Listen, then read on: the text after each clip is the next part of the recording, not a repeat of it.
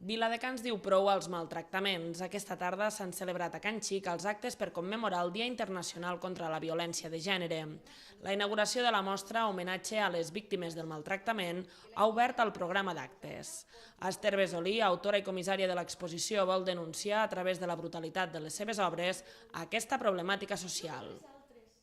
Hi ha unes 34 peces, hi ha oli i tècnica mixta i bàsicament retraten un maltracte. Cada quadre porta retall de diari afegit on veieu la notícia real de l'agressió a la dona. Una mica ficar la foto aquella que no mostren als diaris, no? El Club de Lectura de Ponent també ha posat el seu gra de sorra a la jornada commemorativa. El seu homenatge personal l'han fet, com no podia ser d'una altra manera, llegint diferents fragments d'autores, com ara Concepción Arenal o Gioconda Belli.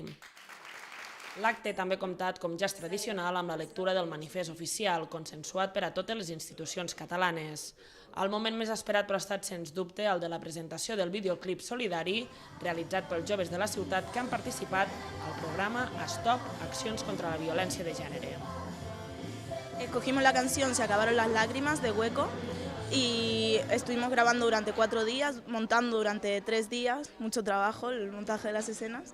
Pero bien, bien. Muy divertido ver a la gente participar, sobre todo era lo mejor. Es una manera diferente, o sea, de decir que basta el maltrato contra las mujeres y a la violencia y eso. Sobre todo porque choca más, entonces es una manera de que se les quede a la gente. La iniciativa ha estat tot un èxit. Un centenar de viladecanencs s'han convertit en artistes per un dia per fer sentir la seva veu. El seu missatge: se acabaron las lágrimas.